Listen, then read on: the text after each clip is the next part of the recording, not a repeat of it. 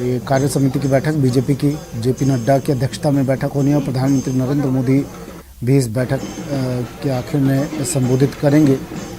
और देखिए, जो प्रदर्शनी की बात हो रही थी, ये वो प्रदर्शनी यहाँ पर लगाई गई है और जेपी नड्डा इस प्रदर्शनी का अवलोकन करते हुए प्रधानमंत्री नरेंद्र मोदी भी इस बैठक को संबोधित करेंगे। हालांकि कोविड प्रोटोकॉल को ध्यान में रखते हुए वर्चुअली भी इस बैठक के साथ कई नेता जुड़ेंगे, उन्हें बुलाया नहीं गया है कोविड प्रोटोकॉल को ध्यान में रखते हुए। चुनावी रणनीति पर महामंथन इस बैठक में किया जाएगा। आने वाले चुनावों, विधानसभा चुनाव जो आने वाले चुनाव हैं, उन पर तो मंथन किया जाएगा, साथ ही उपचुनाव जो अभी गए हैं उनके परिणामों पर भी मंथन किया जाएगा। और अब आगे रणनीति कैसे बनानी है, किस तरह से रणनीति तैयार करनी है, इन तमाम बातों को लेकर चर्चा की जाएगी। कोविड वैक्सीनेशन, कोरोना वैक्सीनेशन को लेकर भी बात होगी। 100 करोड़ का आंकड़ा पार कर लिया है वैक्सीनेशन में, तो उसको लेकर भी बात होगी। और जहाँ जहाँ पर वैक्सीनेशन की स्पीड कम है, धीमी है, उस स्पीड को कैसे बढ़ाया जाए, किस तरह से वैक्सीनेशन की पहुँच तक हर व्यक्ति को लाया जाए, इन तमाम पॉइंट्स पर ये तमाम वो एजेंडे होंगे जिनको लेकर ये आज महामंथन होना है। बैठक हो रही है कार्य समिति की और ख़ुद प्रधानमंत्री नरेंद्र मोदी, जेपी नड्डा की अध्यक्षता में बैठक हो रही है। इन प्रधानमंत्री नरेंद्र मोदी इस बैठक को संबोधित करेंगे। ये तस्वीरें, सीधी तस्वीरें दिल्ली से।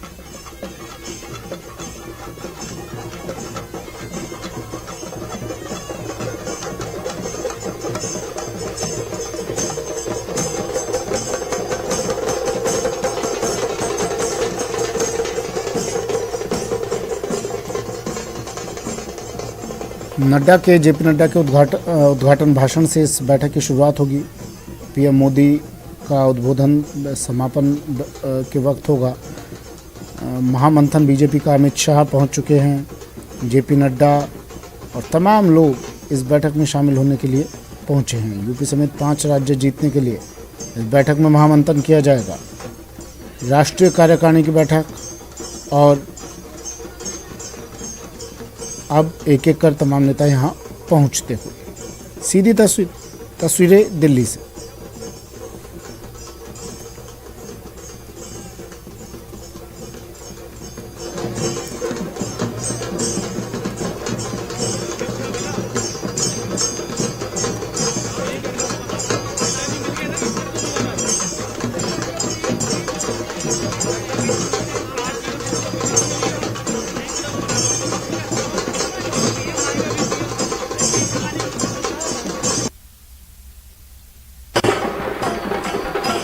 तो तस्वीरें इसी देखिए। कार्य समिति की बैठक कुछ ही देर बाद शुरू होगी। 10 बजे का ये दिल्ली में ये बैठक हो रही है और कई एजेंडे हैं इस बैठक के। उनमें से मेन आगामी चुनाव तो है ही, किसान आंदोलन पर भी बात होगी। इस बैठक में 5 राज्यों के विधानसभा चुनाव के साथ किसान आंदोलन मेन एजेंडा रहेगा बीजेपी का। और साथ ही जो पिछले परिणाम आए उस पर भी फोकस रहेगा, उनको आधार मानते हुए उनके बारे में चर्चा करते हुए आगे किस तरह से अब बढ़ना है विधानसभा चुनाव में, रोड मैप किस तरह का तैयार करना है, इन तमाम बातों पर फोकस रहने वाला है। 36 राज्यों और केंद्र शासित प्रदेशों में प्रदेश अध्यक्ष वर्चुअली जुड़ेंगे इस बैठक के साथ। जयपुर से सतीश पूनिया भी जुड़ेंगे और प्रधानमंत्री नरेंद्र मोदी के अब तक के कार्यकाल की उपलब्धियों को लेकर ये प्रदर्शनी है जिसका अवलोकन किया जा रहा है और तमाम नेता यहाँ पहुँच रहे हैं एक एक कर। राष्ट्रीय अध्यक्ष के अलावा पूर्व पार्टी अध्यक्ष राजनाथ सिंह, केंद्रीय गृह मंत्री अमित शाह, रविशंकर प्रसाद, नितिन गडकरी के अलावा तमाम नेता यहाँ मौजूद। राष्ट्रीय कार्य समिति की बैठक शुरू हो रही है। इसमें भाग लेने के लिए बीजेपी के प्रदेश अध्यक्ष सतीश पूनिया पहुंच चुके हैं। राजेंद्र राठौड़ पहुंचे हैं अभी। राठौड़ साहब, क्या रहेगा आज की बैठक में? राष्ट्रीय कार्य समिति एक लंबे अंतराल के बाद हो रही है। पूरे देश के परिप्रेक्ष्य में राजनीतिक चिंतन के साथ साथ माननीय मुख्य प्रधानमंत्री जी की जो लोक कल्याणकारी नीतियां हैं उनको किस प्रकार आम जन तक पहुंचाया जाए, इन सारी बातों पर चर्चा होने की संभावनाएं हैं। क्योंकि राष्ट्रीय कार्य समिति है इसलिए राजनीतिक प्रस्ताव भी आएगा, आर्थिक प्रस्ताव भी आएगा और सब पर चर्चा होगी। राजस्थान में उपचुनाव में आपकी पार्टी करारी हार हुई, क्या इस पर भी कोई बात होगी? देखिए, लोकतंत्र में हार और जीत सिक्के के दो पहलू है।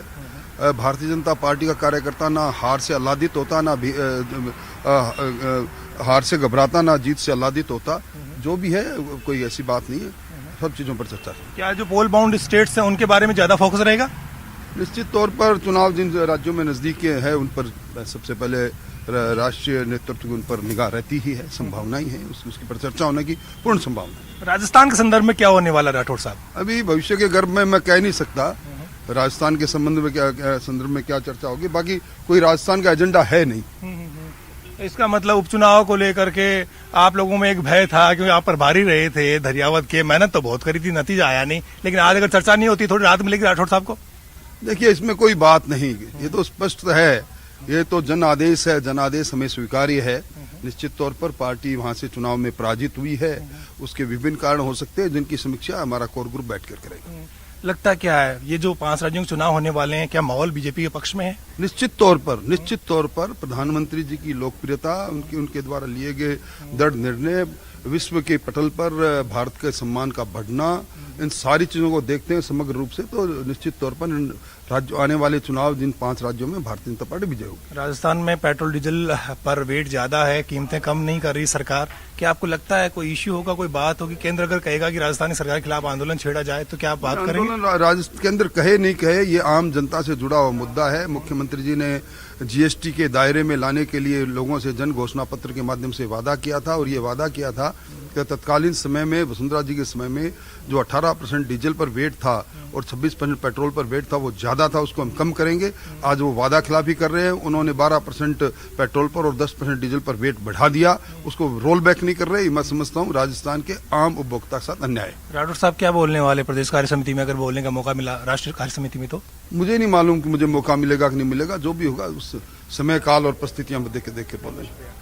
ये थे राजेंद्र राठौड़, जो कि राष्ट्रीय कार्य समिति में हिस्सा लेने के लिए अब भीतर दाखिल हो रहे हैं। हालांकि मीडिया को फिलहाल प्रवेश यहाँ पर नहीं दिया गया है, लेकिन तमाम नेता पहुंच रहे हैं जिनको राजस्थान से जुड़ना है, वो यहाँ यहीं से जुड़ेंगे। तो कुल मिलाकर के आज राष्ट्रीय कार्य समिति पर सबकी निगाहें हैं। देखना है आज पीएम मोदी का संबोधन भी होगा तो उसमें वो किस तरह से नेताओं को आगे बढ़ने का आह्वान करते हैं। क्या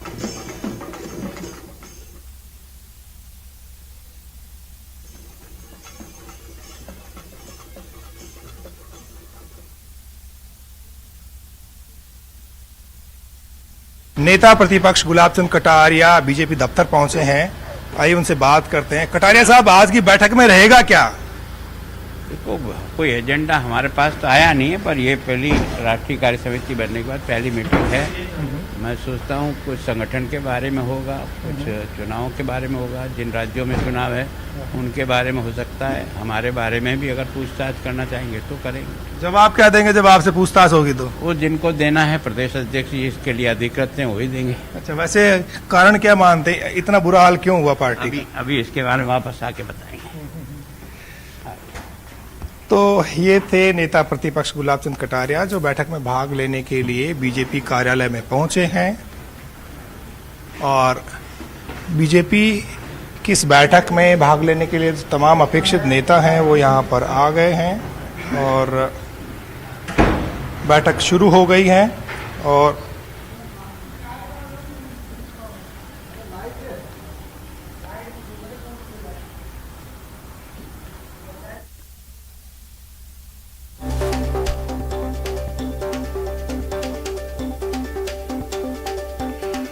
बैठक शुरू हो चुकी है। बाबूलाल मेरे सहयोगी हमारे साथ जुड़े हुए हैं और देखिए तमाम तस्वीरें आप तक पहुंचा रहे हैं। महामंथन ही दिल्ली में होना है, लेकिन हलचल पूरे देश में है इसकी, क्योंकि तमाम राज्यों से प्रदेशाध्यक्ष भी इस बैठक से वर्चुअली जुड़ेंगे। क्या तैयारी जयपुर में की गई? बीजेपी प्रदेश अध्यक्ष पहुंच चुके हैं। बाबूलाल, कौन कौन पहुंचे हैं अब तक? कितनी देर में अभी बैठक शुरू होने वाली है? जी देखिए, सतीश पूनिया ने फिलहाल मीडिया से कोई बात नहीं करी। 8 जो नेता हैं वो अपेक्षित हैं इस बैठक में। जसकौर मीणा, अरुण चतुर्वेदी, गुलाब चंद कटारिया, राजेंद्र राठौड़, सतीश पूनिया जो कि प्रदेश अध्यक्ष हैं, चंद्रशेखर और राज्यवर्धन राठौड़। तो ये तमाम नेता जो हैं ऊपर जो हॉल बनाया गया है उसमें बैठे हुए हैं और वहीं पर बैठ करके पूरी कार्य समिति देखेंगे। जब राजस्थान की बारी आएगी या कोई सवाल होगा तो उसका जवाब देंगे। अभी जब नेता प्रतिपक्ष गुलाब चंद कटारिया से हमने सवाल किया कि क्या राजस्थान को लेकर के भी कोई चर्चा होगी, तो उनका कहना था कि चर्चा होगी तो प्रदेश अध्यक्ष सतीश पूनिया जवाब देंगे। यानी कि पार्टी की जो हार हुई है उसको लेकर बीजेपी के नेता आशंकित तो हैं कि कोई सवाल पूछा गया तो बोलेंगे क्या, जवाब क्या दिया जाएगा। तो सतीश पूनिया के पास इसकी पूरी तैयारी है, क्योंकि पूरा होमवर्क उन्होंने कर लिया है, पूरा फीडबैक भी उन्होंने ले लिया है और हार के जो कारण थे उनका भी पार्टी ने पता लगाया है। तो बोलने के लिए काफी कुछ उनके पास में है।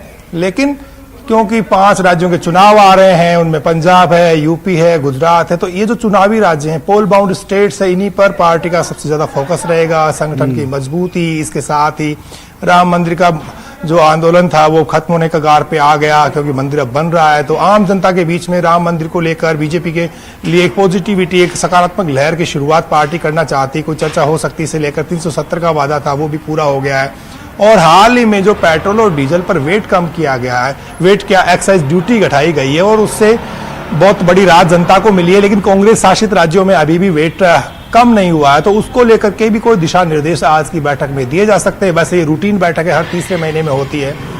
तो जेपी नड्डा का जो निर्देश होगा पार्टी उसे मानेगी। किस तरह से आने वाले महीनों में पार्टी संगठन के काम को और मजबूत करे, उसको लेकर के भी चर्चा होगी। लेकिन सबसे बड़ी निगाह आज पीएम मोदी के संबोधन पर टिकी है। उपचुनाव में आए परिणाम की जिम्मेदारी तय की जाएगी, और क्या वो जिम्मेदारी अगर तय की जाती है तो भविष्य में देखिए अब तकरीबन 1 से 1.5 से 2 साल का वक्त रह गया है राजस्थान में चुनाव में होने में। क्या भविष्य में उन चुनावों के लिए चेहरे में कोई आमूल चूल परिवर्तन हो सकता है? अगुवाई में किसकी अगुवाई में लड़ा जाए, क्या इसका असर पड़ेगा इन उपचुनावों का इस फैसले पर?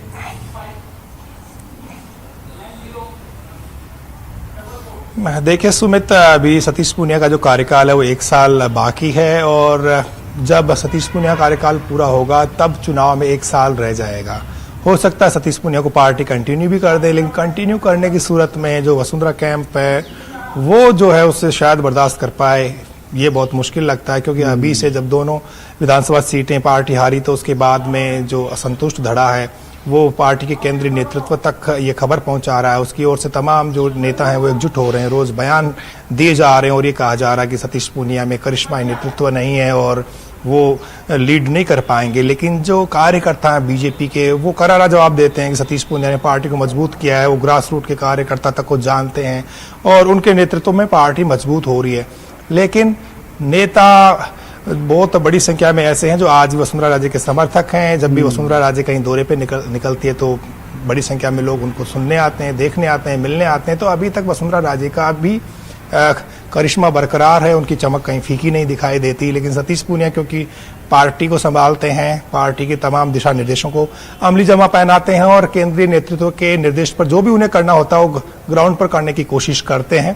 तो सतीश पूनिया ने कोशिश तो पूरी करी, अब नतीजे नहीं आए क्योंकि पार्टी के राष्ट्रीय नेतृत्व ने एक लाइन खींची जिसकी वजह से वो जिनको टिकट दिलवाना चाहते थे वो उन्हें दिलवा नहीं पाए और पार्टी तीसरे और चौथे स्थान पर फिसल गई। तो अब सारा का सारा गुनाह, क्योंकि वो बीजेपी के प्रदेश अध्यक्ष हैं तो सब लोग हार की तोहमत उनके माथे पर ही मढ़ रहे हैं। वो उसका जवाब भी दे रहे हैं और कह भी रहे हैं कि इससे बुरी हार जो है हमारी पहले भी हुई है। बीजेपी की सरकार थी पिछली मर्तबा, तब हम लगातार 4 विधानसभाएं हारे थे, 2 लोकसभा हार गए थे। तो उनके पास में बोलने के लिए तो काफी कुछ चीजें हैं। लेकिन ग्रास रूट का कार्यकर्ता जो है फिलहाल देख रहा है कि किस नेता में कितना दम है और वक्त पर क्या चीजें आगे बदलती हैं, बढ़ती हैं, उसी को देख करके वो नेताओं के साथ जाना पसंद करेगा। लेकिन बीजेपी में क्या है कि झंडा जो है सबसे ऊपर रखा जाता है। बीजेपी का जो कार्यकर्ता है वो विचार के साथ चलता है, नेता चाहे कोई भी हो। लेकिन पार्टी में जो है बीजेपी का परचम ही सर्वमान्य होता है और इसी के मद्देनजर बीजेपी शायद अगले चुनाव में कोई फेस को डिक्लेयर नहीं करेगी। हो सकता है वसुंधरा राजे का जो दबाव है उसका भी कोई पार्टी उपाय सोचे, या हो सकता है जो उनके समर्थक जो डिमांड कर रहे हैं कि वसुंधरा राजे को वापस लाया जाए, तो वो आगे के दिनों में देखने वाली बातें होंगी। फिलहाल तो 1 साल सतीश पूनिया को कार्यकाल पूरा करना है। 1 साल में वो किस तरह से पार्टी को मजबूत करते हैं। शायद अब कोई उपचुनाव नहीं होगा, लेकिन अब जो है कोई सतीश पूनिया को शायद ही कोई बड़ी अग्नि परीक्षा देनी पड़े।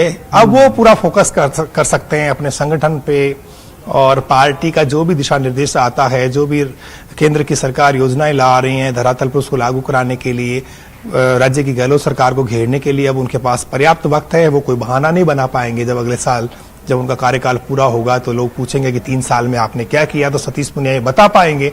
अगर वो ठीक से धरातल पर काम करते हैं तो वो मादा भी है, उनमें वो कुव्वत भी नजर आती है। लेकिन जिस तरह से धड़े हैं पार्टी में, उनको लेकर के तो अलग अलग राय हैं। जिस समर्थक वर्ग से जुड़े हुए कार्यकर्ता हैं वो अपनी अपनी बात जगहों हर फ्रंट पर रखने की कोशिश करते हैं। लेकिन फिलहाल आज तो निगाहें पीएम मोदी के संबोधन पर ही है, और देखना होगा कि वो आह्वान क्या करते हैं राष्ट्रीय जो पदाधिकारी हैं उनको लेकर के। अग्नि परीक्षा बता रहे हैं आप, आने वाला वक्त, लेकिन परीक्षा तो एक आज भी है सतीश पूनिया की। और क्या इस परीक्षा को पास करने के लिए सतीश पूनिया होमवर्क करके आए हैं ठीक से? जेपी नड्डा होंगे, प्रधानमंत्री नरेंद्र मोदी होंगे, होमवर्क बिल्कुल करके आए हैं, क्योंकि सारी चीजें उनके टिप्स बिल्कुल पूछा जा सकता है। संगठन के प्रति निष्ठावान हैं और बहुत ही संघर्ष करके यहाँ तक पहुंचे, इस मुकाम तक पहुंचे, तो उनके पास में तमाम चीजें जो अंगुलियों पर रहती है, सारी बातें याद रहती है। संगठन के प्रति जो समर्पण का भाव है उनका, वो उनको अलग बनाता है दूसरे नेताओं से, और यही वजह है कि वो निचले से निचले स्तर के कार्यकर्ता को नाम से जानते हैं, और काम पार्टी ने क्या किया ये भी वो बता सकते हैं। क्योंकि कोरोना के काल में बीजेपी ने बहुत काम किया राजस्थान में, सेवाई समर्पण अभियान चलाया। इसके अलावा बीजेपी के कार्यकर्ताओं ने ऑक्सीजन कंसंट्रेटर से लेकर के और जो जरूरतमंद लोग थे उन तक खाना पहुंचाया। तो राष्ट्रीय स्तर पर कई बार सतीश पूनिया की तारीफ भी हुई है कि उन्होंने बहुत ही अच्छा काम किया है। तो आज जब उनसे कोई सवाल पूछा जाएगा कि उपचुनाव में करारी हार क्यों हुई, तो उनके पास जवाब यही होगा कि केंद्रीय नेतृत्व ने जो लाइन तय की थी, जो फॉर्मूला अपनाया, शायद वो पार्टी की हार का कारण बना। वो खुद कर कह भी रहे इस बात को कि अगर धरियावद में कन्हैयालाल मीणा के हाथ में टिकट होता तो हमारी ये स्थिति नहीं होती, और बीटीपी का जो बागी था वो वोट खूब ले गया, जिसकी वजह से भी बीजेपी वहां तीसरे स्थान पर चली गई। अगर डामोर वहां पर नहीं होते और आमने सामने की भिड़ंत होती तो शायद खेत सिंह मीणा कुछ अच्छा प्रदर्शन कर सकते थे, लेकिन सरकार ने पूरी ताकत लगाई और वहां पर जो पैकेज। बाबूलाल, मैं लौट रहा हूँ आपके पास। विनीत जुड़ गए हमारे साथ दिल्ली से। विनीत, 10 बज चुके हैं, 10:18 हो चुके हैं, बैठक शुरू हो चुकी होगी, क्या चल रहा है? कुछ अंदर खाने से क्या खबर मिल रही है? आज ही निश्चित तौर पर मैं आपको बताना चाहूंगा कि बैठक जो है वो अब से थोड़ी देर बाद शुरू होगी। हालांकि बीजेपी के राष्ट्रीय अध्यक्ष जेपी नड्डा जो है वो यहाँ पर अब आ चुके हैं। इसके साथ ही साथ बीजेपी के तमाम बड़े नेता के बारे में बात करें, चाहे वो अमित शाह हो, वो यहाँ पर आ चुके हैं, और अब से थोड़ी देर बाद प्रधानमंत्री नरेंद्र मोदी यहाँ पर आएंगे और बैठक में शिरकत करेंगे। मैं आपको बताना चाहूंगा कि बैठक की जो शुरुआत है वो बीजेपी के राष्ट्रीय अध्यक्ष जेपी नड्डा के भाषण से शुरुआत में होगी, जिसमें बीजेपी के राष्ट्रीय अध्यक्ष जेपी नड्डा जो है वो अपने नेताओं और कार्यकर्ताओं को संबोधित करेंगे। इसके साथ ही साथ मैं आपको बताना चाहूंगा जो समापन भाषण होगा, जो संदेश जो है वो यहाँ से बीजेपी के जो नेता है वो यहाँ पर ले जाएंगे, वो प्रधानमंत्री नरेंद्र मोदी देंगे, और वो समापन भाषण होगा लगभग 2:30 बजे के लगभग में प्रधानमंत्री नरेंद्र मोदी अपना भाषण रखेंगे, दोपहर में अपना भाषण रखेंगे। मुख्य तौर पर अगर हम बारे में बात करें तो यहाँ पर मुख्य तौर पर चर्चा जो होगी वो यहाँ पर चर्चा होगी जो 5 राज्यों में जो चुनाव होने हैं उसको लेकर के यहाँ पर चर्चा होगी कि किस तरह से रणनीति बनाई जा सके। साफ तौर पर एक बात और भी हम कह सकते हैं कि इन राज्यों में, चूंकि अगले साल के शुरुआत में ही इन राज्यों में चुनाव होने हैं, तो इस चुनाव की जो रणभेरी है, चुनाव प्रचार की जो रणभेरी है, वो बीजेपी यहाँ से बजाती हुई यहाँ पर दिखाई देगी। इसके साथ ही साथ मैं आपको बताना चाहूंगा कि यहाँ पर चुनावों के साथ पर चर्चा होगी ही होगी, साथ ही साथ मोदी सरकार के कामकाज पर भी यहाँ पर चर्चा होगी। साफ तौर पर बीजेपी ने जिस तरह से, या फिर प्रधानमंत्री नरेंद्र मोदी के नेतृत्व में जिस तरह से कोरोना के खिलाफ लड़ाई लड़ी गई, इसको लेकर के यहाँ पर चर्चा होगी। क्योंकि भारत में अगर कोरोना के खिलाफ मेडिकल संसाधनों के बारे में बात करें तो वो काफी कम थे। हमने देखा कि जब कोरोना की शुरुआत हुई थी तो भारत में टेस्टिंग को लेकर के समस्या थी, पीपीई किट को लेकर के समस्या थी, लेकिन जैसे जैसे समय बढ़ता गया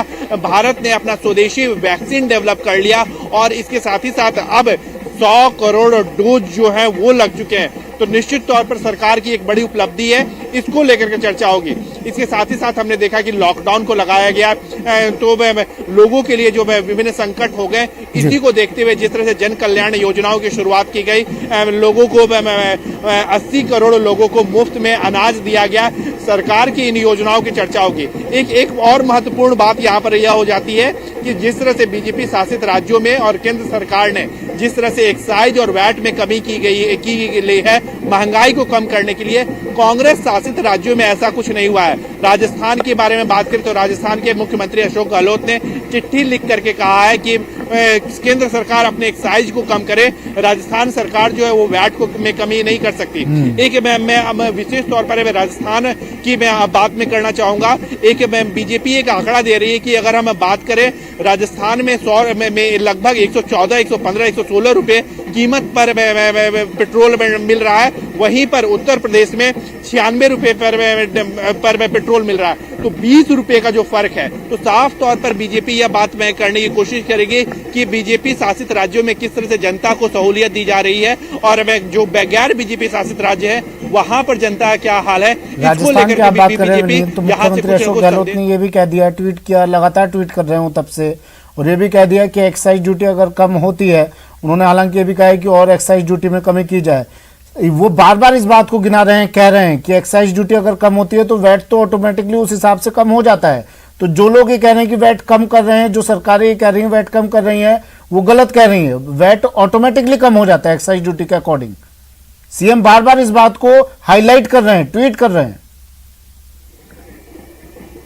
जी निश्चित तौर पर अशोक गहलोत के अपने तर्क है, लेकिन यही तर्क बीजेपी के भी अपने तरफ है। अगर केंद्र सरकार ने सभी जगह एक तरह के टैक्स को लगा रखा है तो पूरे देश में एक तरह की पेट्रोल और डीजल की कीमत क्यों नहीं है? क्या कारण है कि उत्तर प्रदेश में लगभग 95 और 96 रुपए पेट्रोल की कीमत है और राजस्थान में जो कीमत है वो 114, 115, 116 की कीमत है? आखिरकार कारण क्या है? अंतर क्या है? अशोक गहलोत भले ही अपनी बात कर रहे हो, लेकिन बीजेपी के जो नेता है वो भी अपनी बात कर रहे हैं कि आखिरकार उत्तर प्रदेश में 95, 96 रुपए में क्यों मिल रहा है और 114, 115 रुपए में क्यों मिल रहा है? साफ तौर पर ये जो डिफरेंस है लगभग 20 रुपए का जो डिफरेंस है वो जो टैक्स के तौर पर राजस्थान सरकार वसूल रही है। निश्चित तौर पर अगर एक्साइज में ड्यूटी में कमी होती है तो राज्यों को जो मिलने वाला जो बाबूलाल मेरे सहयोगी जयपुर से जुड़े हुए हैं विनीत, और अभी मैं उनसे चर्चा कर रहा था कि उपचुनाव में जो प्रदर्शन रहा बीजेपी का राजस्थान या फिर और दूसरी जगहों पर, उसको लेकर भी कोई बात हो सकती है? उसको लेकर भी विनीत, क्या प्रधानमंत्री या बीजेपी अध्यक्ष जेपी नड्डा कुछ कह सकते हैं? अगर खास तौर से मैं राजस्थान के परिप्रेक्ष्य में बात करूं, सतीश पूनिया की बात करूं, राजस्थान के नेताओं की बात करूं, विनीत। जी निश्चित तौर पर हम निश्चित तौर पर यहाँ पर हम देखें कि राजस्थान में जिस तरह में सूरत हाल है या फिर राजस्थान में जिस तरह से विधानसभा के चुनाव हुए और विधानसभा चुनाव में बीजेपी को हार का सामना करना पड़ा, निश्चित तौर पर बीजेपी के लिए एक बड़ा संदेश है और यहाँ से प्रधानमंत्री नरेंद्र मोदी हो या जेपी नड्डा हो वो संदेश देना चाहेंगे। जब चुनाव परिणाम आए थे उस वक्त हमने बीजेपी के नेताओं से बात की तो उनका साफ तौर पर कहना है कि वो चुनाव इसलिए हारे हैं क्योंकि राजस्थान में जो पार्टी में एकजुटता जो दिखनी चाहिए वो एकजुटता नहीं दिखी। जिम्मेदारी तय की जाएगी साथ ही साथ जो बड़े नेता हैं चाहे वो वसुंधरा, निश्चित तौर पर जिम्मेदारी तय की जाएगी। अगर हम बीजेपी के बारे में बात करें तो बीजेपी में हमेशा चुनावी मोड में रहती है, वो हर एक चुनाव को जीतना चाहती है और जिस तरह से राजस्थान में सूरत हाल है, जिस तरह से राजस्थान में विधानसभा का चुनाव हारे हैं, कहीं न कहीं एकजुटता की कमी में दिखी, टिकट के बंटवारे में एकजुटता की कमी दिखी, कई बागी उम्मीदवार जो आगे उन्हें बीजेपी मैनेज नहीं कर पाया। साथ ही साथ जो बड़े नेता हैं चाहे वो गजेंद्र सिंह शेखावत के बारे में बात करें, वसुंधरा राजे सिंधिया के बारे में बात करें, वो जो है वो चुनाव प्रचार को नहीं उतरी। तो निश्चित तौर पर यहाँ पर जो संदेश दिया जाएगा वो राजस्थान को लेकर के भी संदेश दिया जाएगा। साफ तौर पर एकजुटता के बारे में बात की जाएगी कि सभी जो है वो एकजुट होकर के चुनाव लड़े, गुटबाजी को खत्म करने की बात की जाएगी। साफ तौर पर यह भी कहा जाएगा कि सभी मिलकर के चुनाव लड़े, क्योंकि बीजेपी का जिस तरह से हम स्टाइल देखते हैं, हमने देखा कि अगर तेलंगाना में चुनाव हो रहा है, हैदराबाद म्युनिसिपल कॉर्पोरेशन का चुनाव हो रहा है, उसको भी बीजेपी काफी गंभीरता से चुनाव ले रही है। तो फिर अगर विधानसभा का चुनाव होता है या विधानसभा का उपचुनाव होता है तो उसे आखिरकार बीजेपी गंभीरता से क्यों नहीं लेगी? बीजेपी हर एक चुनाव को गंभीरता से लेती है और ऐसे में अगर राजस्थान में उपचुनाव में बीजेपी को हार का सामना करना पड़ता है, तो निश्चित तौर पर केंद्रीय नेतृत्व जो है, चाहे वो बीजेपी राष्ट्रीय अध्यक्ष के बारे में बात करें या फिर प्रधानमंत्री नरेंद्र मोदी के बारे में बात करें, वो भी यहाँ पे से संदेश देंगे और जो संदेश देंगे एकजुटता का संदेश देंगे, सबके साथ मिलकर के काम करने का संदेश देंगे। साथ ही साथ केंद्र सरकार की योजनाओं को जनता तक पहुंचाने के बारे में बात करेंगे। साथ ही साथ जिस तरह से राज्य सरकार में जो दावे कर रहे, चाहे जैसे कि हमने देखा कि पेट्रोल को लेकर के या डीजल को लेकर की कीमतों को लेकर के जिस तरह से राज्य सरकार दावा कर रही है, उसके बारे में भी संदेश दिया जाएगा कि आखिरकार डिफरेंस क्यों है। विनीत मारूं फिर से बाबूलाल, क्या ये माना जाए इस बैठक के बाद अब कुछ बदलाव नजर आ सकते हैं प्रदेश बीजेपी में? चेहरों की अगर बात ना करें, ठीक है चेहरों में नहीं, लेकिन रोड मैप में नहीं, कार्यप्रणाली में। हाँ बिल्कुल, देखिए जिन मुद्दों को लेकर के बीजेपी अग्रेसिव रहती है, उनको हो सकता है कि पार्टी थोड़ी आक्रामक रणनीति अख्तियार करे आने वाले दिनों में। तो मैं आपको बता दूं कि सामने वाला जो वीसी का जो रूम है, वहां से तमाम बीजेपी के नेता जुड़े हुए हैं। मीडिया को आज अलाउ नहीं किया गया है क्योंकि राष्ट्रीय कार्य समिति की बैठक है और प्रधानमंत्री समेत बड़े नेता जुड़े हुए हैं, इसलिए डिस्टर्बेंस लगता है बीजेपी को कि वहां तक अगर मीडिया के लोग जाएंगे तो अच्छी तस्वीर नहीं बनेगी। लिहाजा बैठक शुरू है और अभी अभी जसकौर मीणा पहुंची हैं, तमाम जो अपेक्षित नेता थे वो पहुंच गए हैं। बीजेपी की यही कोशिश है कि चूक कहाँ हो रही है, रिजल्ट क्यों नहीं आ रहे। रिजल्ट आएंगे तब ही जो है वो अगले चुनाव में ठहर पाएंगे, नहीं तो मुख्यमंत्री अशोक गहलोत हमेशा कह रहे हैं कि अगले चुनाव में फिर से कांग्रेस जीतेगी, सरकार उनकी बनेगी और वो फिर से मुख्यमंत्री बनेंगे और शांति धारीवाल को यूडीएच मंत्री बनाएंगे। तो ये जो जोश है उनका, वो इसी बात को देख करके आता है कि बीजेपी बटी हुई है और उसमें वसुंधरा गुट बहुत ज्यादा आक्रामक है इस वक्त और उनकी कोशिश यही है कि दिल्ली दरबार तक ये बात पहुंचा दी जाए कि राजस्थान में सब कुछ ठीक नहीं है, सतीश पूनिया में वो दमखम नहीं है और वसुंधरा राजे को ही राजस्थानी कमान दे देनी चाहिए। तो वसुंधरा खेमा असंतुष्ट जो धड़ा है वो कुल मिलाकर के अभी इसी में लगा हुआ, उनके जो नेता कार्यकर्ता सब इसी बात को एक राय बनाने में जुटे हुए हैं कि वसुंधरा राजे ही राजस्थान में बीजेपी की सरकार ला सकती है। दूसरे नेताओं में वो मादा नहीं है कि वो राजस्थान में जो है बीजेपी को लीड कर सके, लेकिन सतीश पूनिया के अपने चाहने वाले हैं क्योंकि केंद्रीय नेतृत्व का उनको आशीर्वाद है और उसी के दम पर पिछले 2 साल उन्होंने सफलतापूर्वक पूरे करे। लेकिन अभी जो नतीजे आए उसकी वजह से उनके करे कराए पे फिलहाल तो पानी फिर गया है, उनको फिर से नई ताकत जुटानी पड़ेगी और फिर से दिखाना पड़ेगा कि उनमें बहुत दम है। इसलिए 15 दिसंबर को वो एक बड़ी रैली करेंगे जिसमें उन्होंने दावा किया कि 5 लाख लोग जयपुर में जुटेंगे और अशोक गहलोत सरकार की जो कथित जन विरोधी नीतियां हैं उनके खिलाफ जयपुर में बड़ा प्रदर्शन होगा। तो सतीश पूनिया फिर से ताकत को संजोने में जुट गए हैं और आज की बैठक में शायद जो दिशा निर्देश आज राष्ट्रीय कार्य समिति से उन्हें मिलेगा उसको वो धरातल पर लागू करने की पूरी कोशिश करेंगे। ठीक है, आप दोनों से अपडेट हम लेते रहेंगे। फिलहाल आप दोनों का शुक्रिया, लेकिन तमाम जानकारी और तस्वीरों के साथ फिर से हम आपसे जुड़ेंगे। वक्त यहाँ पर एक ब्रेक का है।